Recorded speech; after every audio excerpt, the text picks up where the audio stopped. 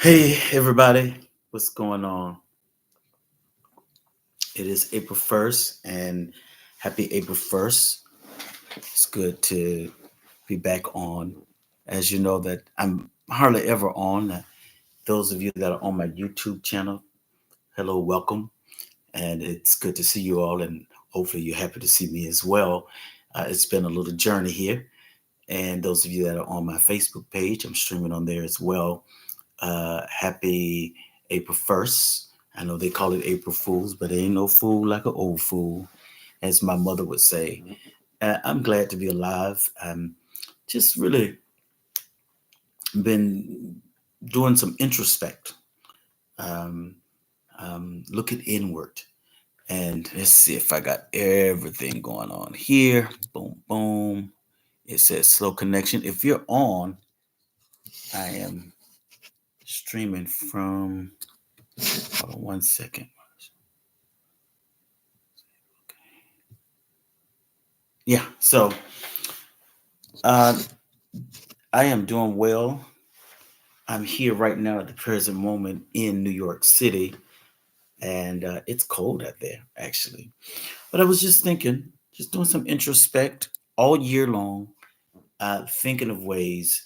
I made a post a day or so ago talking about how I was up early morning, about 2 in the morning, and just trying to it was just on me so heavily about becoming a better version of myself. And I was going through some things, um, just trying to plan and prepare um, for life and how to become a better person, a basically connect to your highest self and become a better person, or becoming a different version of you, right? Because often people that have known you and they've seen you in times past and they know you from the past, people get so accustomed to um, seeing a version of you. They only see that particular version of you. That's all they know. And sometimes that's all they want to see. And then when you start matriculating or growing and changing, because change is inevitable, I don't understand why people despise change. I know change can be a bit uncomfortable, but change is inevitable. There was a time I didn't have this little gray in my hair. There was a time, um, you know, I was younger. Change is inevitable. And those of you that's just joining me, welcome. Hey, Catherine. And so change is inevitable. So when people resist change, really you resist growth. And when you don't grow, of course you're stunted, but then um, I don't know. I don't know how to. I don't. I can't find the words to say. If you refuse to grow, you'll always stay stuck in the same place that you've always been in. Can you imagine as a child you were born in whatever year it was and you never grew and you just got older because your age changed as well, and you just got older and you never grew, like you never developed. So when you stop growing, you stop developing. And so about 2 o'clock in the morning, I was up just thinking about how can I become a better version of me. And I know there are those who long to see the old version of who you are. And they still handle you in hopes of seeing the old version of you, because people don't necessarily adjust well to change, especially those who has been in times past very closely connected to you. That could be family, friends, um, co-workers, schoolmates, and sometimes they only remember a certain version of you, and that's all they are accustomed to. So they don't know you outside of that version. And so as we get older and as we mature, because it doesn't necessarily mean that you mature because you get older, because I know some people who got older and they didn't mature and they stayed in that childlike mindset. Oh, you remember it was a great writing that says, "When I was a child, I spake as a child, I understood as a child, I did things that children do. But when I became a man or when I became mature, I put away the childish things. I understand from a I understand differently now that I have matured. And there are people, and I get it. There are people who are old or older or senior doesn't necessarily make them mature because I've seen older people throw tantrums as if they were, temper tantrums as if they were children, and they still doing the same conniving, manipulative things that they did when they were younger, just still stuck in the past and stuck on what was and stuck on their immaturity. And when you see people at a certain age that are still carrying on a certain way, that means they stopped developing. They didn't mature. They got older, you know, but they didn't mature. They didn't put away the childish things. They understood as a child, even at 80, 90 years old. And I'm not talking about people who have some type of situations or issues going on as they've aged. Yeah. I'm talking about people who refuse to grow, who refuse to be better, who refuse to turn inward or introspect and develop and to become a better person. Some people, they brag about how they've always been who they are, and they've always did a certain thing. I've always been like this. I've always done it this way. I've always, and those, to me, when people make those types of statements, they're really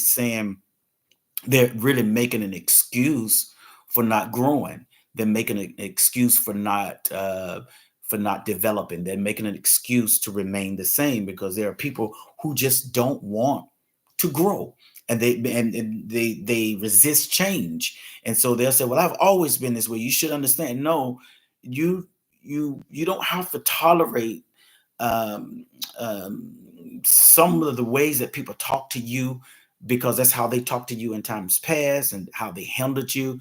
You don't have to continue to deal with that.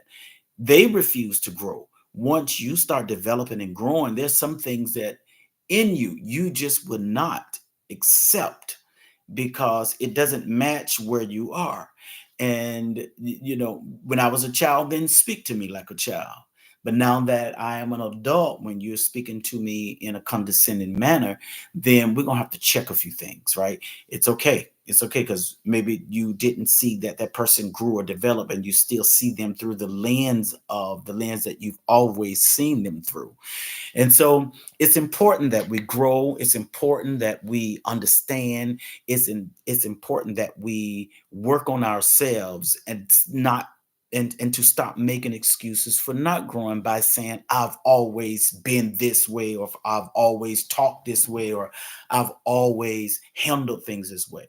And so you know, time change, strategies change, personality.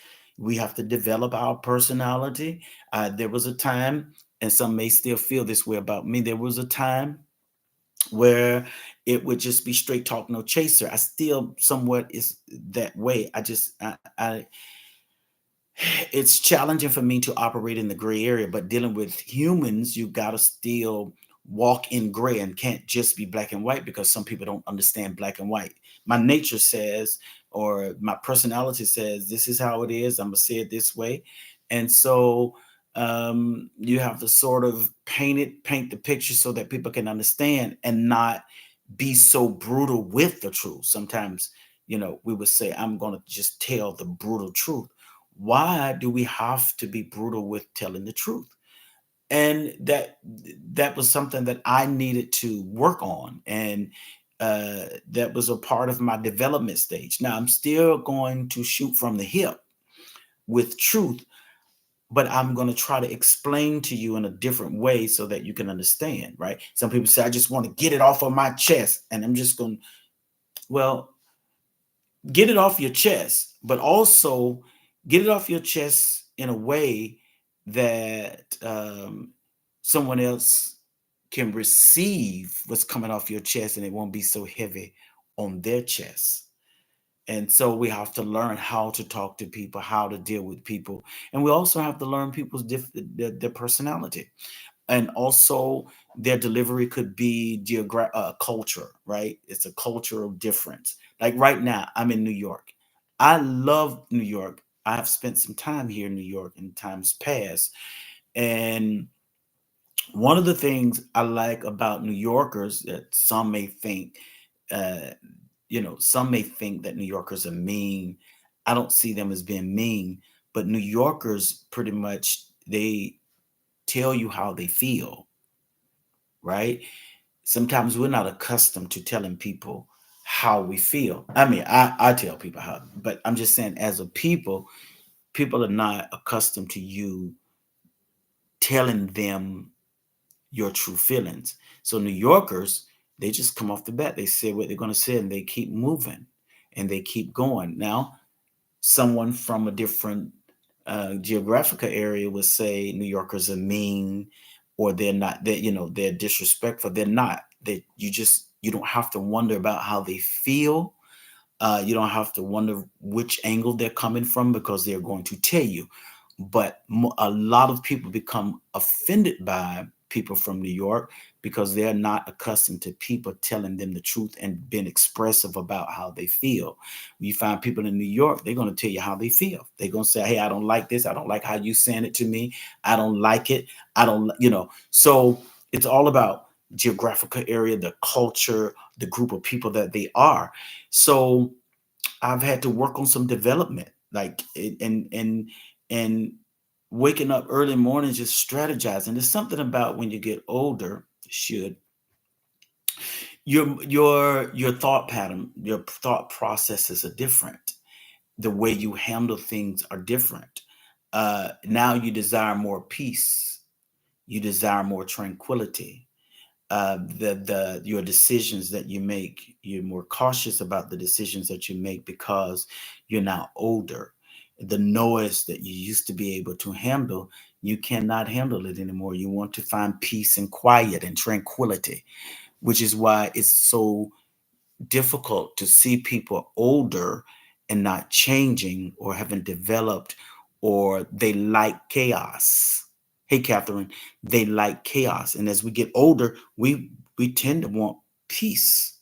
We want, we want, we just want to live and be comfortable and we want peace. So when you find someone who is older, not necessarily more mature, because getting older doesn't mean people are maturing. And so when you find people at a certain age that is still about ruckus and it's still about clamoring and still about, stirring up pots of dissension and pots of strife and pots of jealousy. And you have to wonder, like, how do you live? I wonder, how do you live like that?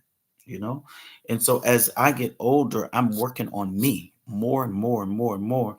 And so sometimes in becoming a better version of you, you have to separate from the place and space and people that you were accustomed to being around or comfortable with being around. When you are becoming a better version of you, you make the necessary changes. Now, change starts from the inside. Change starts inwardly. And a lot of times it is when you want more peace and you want more clarity and you to get tired of the same cycle. And so you normally, that's the change starts inwardly. You begin to want something differently. You try to find ways of finding your peace. And so in doing so, you start cutting off things that disturb or disrupt your peace, or you cut off things that brings negativity to your space and that tries to enter your being. And at some point, I can tell you how I feel and how I felt in the past when I knew things were changing for me, and I started to uh, really mature more and more, um, it was you start feeling tired on the inside. It starts draining you when people come with so much negativity. You start to feel drained from inside, and at some point, you're tired of that. You don't want to feel drained at this age or at whatever age you're at.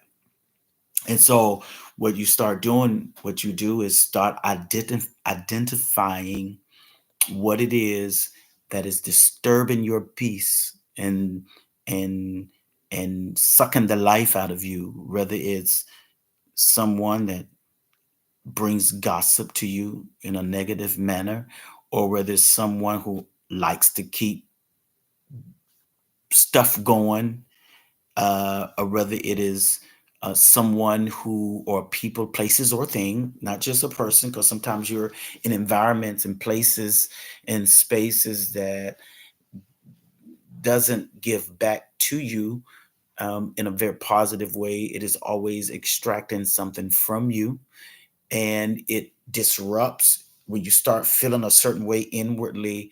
You say, I'm tired of this. I don't want to keep going through this anymore. And so you start cutting off those things and you start separating from, and you create space between whatever it is that's keeping you from becoming a better version, and that don't understand your moves and why you're doing what you're doing, because you're getting older and we should mature as we get older.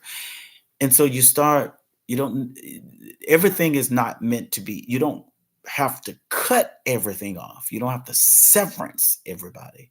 But sometimes it's important to create a space. Don't become so accessible. You've not cut them off, but you've created this space wherein they don't have the access to bring something into your environment or disrupt or cause some type of resistance, right? And so you create that space, and sometimes creating that space calls for you not to talk to them as much. Not that you don't talk to them at all. Now sometimes when people repeatedly offend and do what you tell them not to do, because you're saying that this is what it does to me when you do this, and they repeatedly um, cross the lines and disrespect your decision and violate your decisions, then you have to severance and cut that off. If it disturbs your peace, you got to create space away from it, or sometimes it does call for you to cut it completely off until you can get to a place and a space in your life that you're strong enough um, to maneuver, right? In the beginning process of becoming a better version of yourself, you're not sometimes strong enough to verbalize um, uh, everything that you want or everything that you expect. So what you do is create a space and limit your access to who you are. Make sure that they don't bring that negativity in your space, and then start working on yourself until you can build up the strength enough to to have the stamina enough to be able to look at them and say, now listen, either it's going to be this way or this way, because right now I'm in a place of my life where I am becoming a better version of me. I'll always be in this body. I may change some things, my looks may change, but but more importantly, the way that I think and process things is different now. I don't process it the same way. I look at things from a different set of lens as you mature and get older, and you start looking inwardly, or taking introspect, looking inward and seeing what it is that you need to bring balance to and to correct. And you got to bring balance to it, right? I hear people, there are those who will brag about them not changing and how they've always been the same and they've always been doing this for 30 years and they've been braggadocious about it. But it's really not a good thing to say, I've been this way for 30 years and there's no growth, no development. You got to go through self-development processes. And in if I can tell you, um, one of the better ways to do it is sometimes in the beginning process is pulling getting along with yourself. Get Spend time with you. And when you can spend time with you, because see, you everybody's trying, not everybody, but so many people are trying, our society are trying to spend time with everybody else, but they've not spent time with themselves, right? So they don't even know who they are. They have grabbed bits and pieces from their environments and from people that they are connected to, and they have incorporated some of their stuff into their life. And you're not a version of you, you are different versions of other people. And so you have to find out what it is, who you are, first of all, what it is that you like and who you are. And that takes really spending some alone time with yourself. When you start spending time with yourself, hey Josh, what's happening? Hey brother, you start spending time. It's good to see you, man. You start spending time with yourself, then you start getting to know you and what it is that you like versus what everybody else told you what you like and what they've implemented for you. And so you grab bits and pieces from other people's personality and the way they do things, and it was never you, it was everybody else. You became all of these other people and you never had an opportunity to be you. And so and so one of the things that's important of becoming a better version of you is you got to spend time with you. And sometimes people don't like to spend time with themselves. So what makes you think that other people want to spend time with you when you can't spend time with yourself? By nature, I am recluse, believe it or not. I love alone time. And if people are in my space too long, it makes me a little uncomfortable. I'll let you know when it's time to go. So, because I need that alone time, or if I'm in a place or space where there are a lot of people, or where there are people, period, doesn't have to be a lot of people, I'll disappear because I know when it's time for me to be alone, it takes a lot out of me to be around a lot of people for a long period of time. And so I like my solitude. I like my alone time. I like my time of meditation. I like my time of just thinking because I make decisions based on the peace that I have in me. And so I have to find that place of stillness and quietness so that I can process. I can process my ideas, process the next move. And so it's important that you get to know you. Pull away, get with yourself. Some people can't stand to be alone, and everybody seemingly have to be in their phones. The whole world is looking down at their phone. They're not paying attention. They have no situational awareness. Everything is down in their phone, and you can't stay off the phone. You can't even go to sleep at night because you got to look at social media. It's something addictive about these devices and about social media, and you have to get control of that and say to yourself, hey, look at your screen time. See how much time you spent on your phone looking at social media. That's going to tell you a lot how you spend a lot of your time. And so I spend that time alone so that I can gather myself. I can't gather myself in the midst of a gathering. So by the time you see me, I've already gathered myself when I started my day and started early in the mornings, way before, sometimes before folks get up. I would have had my process, right? And so in becoming a better version of me, or you find out what works for you, but you got to pull, it is important, bro. You got to pull yourself together and spend time with you, get to know you. Start looking at your body. Look at parts that you don't see ever, that you refuse to look at. You'll start seeing spots and things that You start seeing gray hairs in places that used to be black, and you got to be able to know your body. We spend so much time looking at the outside and looking at other people, things, and situations, and we don't pay attention to ourselves. And so, becoming a better version of yourself, it starts with you and your introspect, and it starts in here inwardly. Everything starts inwardly. I know it drains me when I feel a draining or I feel immediately tired when I'm around certain people. I know what it's about. I already know what it's about. I can't sit around somebody or a space or a place that um, is that's a bloodsucker that drains, or an energy drainer. It drains the energy out of you. And sometimes it can be from places and spaces that we least expect. It could be family. It could be friends. It can be um, it can be church. It can be anything that takes away from you and it does not develop you. See, that's another thing. We have to identify the things that we're doing that we're not properly being developed from.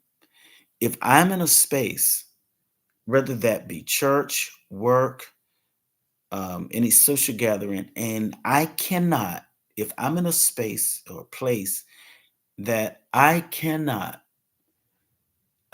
develop in a uh, in a mature type of way, and if I can't develop from it, then you got to start cutting off of those things that doesn't feed your development. If it doesn't invest in your development, becoming a better version, a better version of yourself, then those are things that we have to severance. Um, and so change could be uncomfortable because now the things and places and spaces that we were comfortable with being around, now you got to step back from it and say, um, listen, this doesn't work for me anymore. And it's okay to say that. It's okay to say, this doesn't work for me. This no longer serves me. This is not advantageous to my uh, development. It's not working for me. And I'm telling you, for some of you, the hardest thing for you, for the most difficult thing is for you to separate and create space between people that you love the most. Yes, the places that you were dedicated to the most. See, don't let your loyalty become poisonous to your growth because someone expect for you to continue to do what you've always done, but you didn't benefit from it and you are not benefiting from it. See? And so when you're in those spaces and places that you've been going around this mountain for years and there is no development, no growth, no signs of growth at all, still in a cycle of dysfunction, a cycle of retardation. And I don't mean that in a negative way, because when there is no growth and no development, there is a there's a name for that, right? So some of the changes that you we need to make, sometimes they're not comfortable. They're the most difficult change to make. I'm not saying becoming a better version of you is going to be easy. It's going to come with some resistance because of what you most of the resistance is going to come from within you, because it's challenging for you to make that shift and change, and so that you can grow. um Oh boy, this is amazing. So, Josh, I remember doing a garden in the yard, and I dug up the ground, I planted, fertilized, all of that. I did everything organically. But there came a point that my stuff stopped growing. It stopped growing. I was watering it. I was giving it the nutrients that it needed and water, and I would get the organic stuff to put over it so the bugs won't destroy the crop. And so one day my brother, and it stopped growing. And one day my brother Earl came back. He said, "Boy, you gotta remember what Grandma told us. You got to pull up all those weeds around the that's in your garden because that's your it's eating up your nutrients." And I thought about it. I said, I didn't realize that the weeds were growing with the crop, but was sucking the life out of the crop, was sucking all the nutrients out of the ground. Yes, sucking the nutrients out of the ground. And so now my greens, my tomatoes, none of that was getting the proper nutrients because I did not remove or pluck up the weeds. And so it is in life. You got to tend to your garden. You got to tend to your inner garden. And if you're not growing, you have to go into your inner garden to find out what is sucking the life out of your development.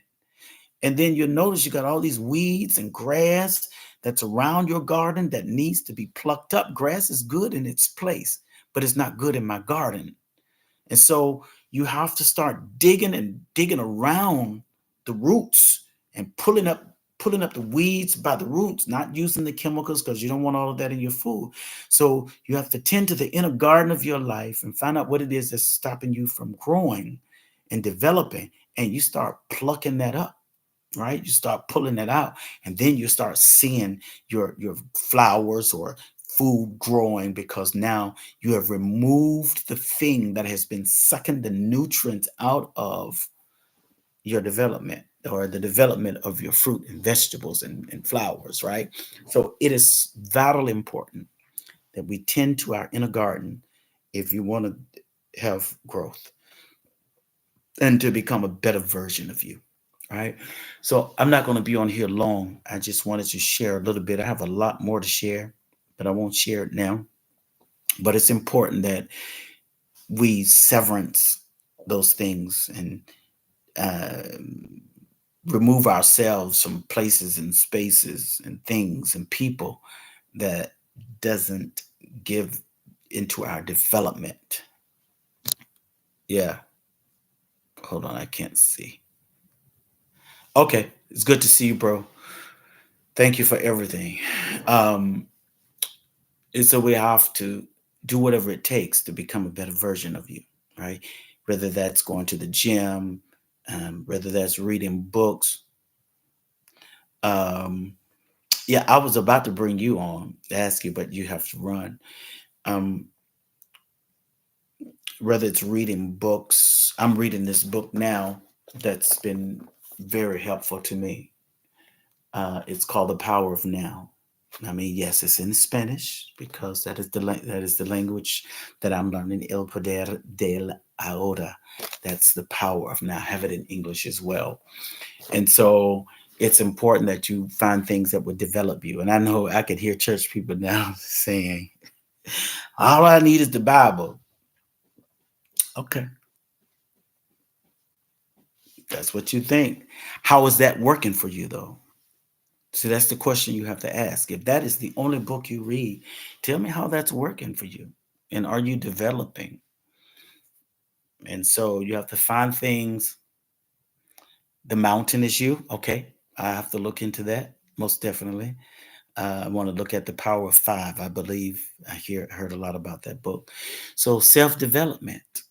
You got to work on yourself. Now, you can't expect for people to come and change you. You become a better version of you. And you'll see some things will automatically fall off. Some people will automatically fall off when you start maturing. Again, now, just because one gets older, doesn't mean one is maturing. Because I know a lot of older, immature people, and they did not, their development stopped, right? So growing, sometimes you go through that little pain. There's some pain in being uncomfortable. It's like a tree. It's really like a tree. A tree grows in two directions, right? The roots got to grow down, and once the root start breaking through the ground, then the tree start breaking up to the ground towards the light. One part of the tree, it goes away from the light and it grows deep, and another, the top part of that, from the root up, from on top of the root, that tree, it grows up towards and gravitates to the light and it grows. So one, the roots growing in the dark, growing downward, and then you get the tree and the fruit growing upward towards the light to produce the fruit. And oftentimes people see your fruit, but they don't see your root. And your root is just as deep as the top of that tree. See? So to grow, you got to grow down and up. Yeah. So it's uncomfortable. It can be a bit uncomfortable. People get to see, the society get to see your your what's above the ground and the fruit that it produces, or whatever, the shade that it gives you. But you didn't see the process below, where the roots grow down in the dark, wet, damp, when everything else grows up. So you're growing like this. Development is this, right? Roots go down, tree goes up. That's your development. Down, up. Before you can go up, you got to go down. Go dig deep inside of you, so you can find out how to grow and how to be, and how to become a better version of yourself and to develop yourself. You got, just like a tree, you got to grow down. The roots go down and everything else goes up, but it goes down. Boom. Once that root breaks down into the ground. Hey, Ontario. Once that root breaks down into the ground, then you see the other stuff that starts coming up. So development and growth is in two ways. It goes like this: roots down, everything else goes up. Just as tall as that tree is, as deep as are those roots. Those roots go down to grow. So in order to grow, we got to go down inwardly, so that we can produce and manifest the fruit that people are looking for. And so it's important that we prune and severance and go through our different processes. And we may have a different, we all have a different route of how, different ways of doing things, but we're going to end up being bettered for the future. All right. Thank you for chiming in. I appreciate you. If you're on my YouTube channel, please like and share, subscribe, and hit that notification bell. If you're on my Facebook, go to my YouTube channel, Battles and Journeys. I think I've spent 38 minutes on this live, and it was just to come on and say a few words.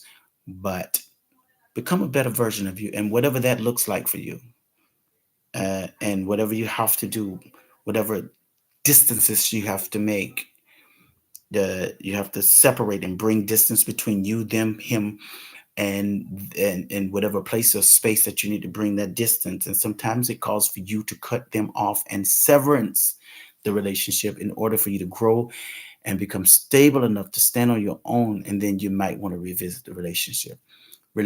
Sometimes it goes through so many different phases of process, go through so many process.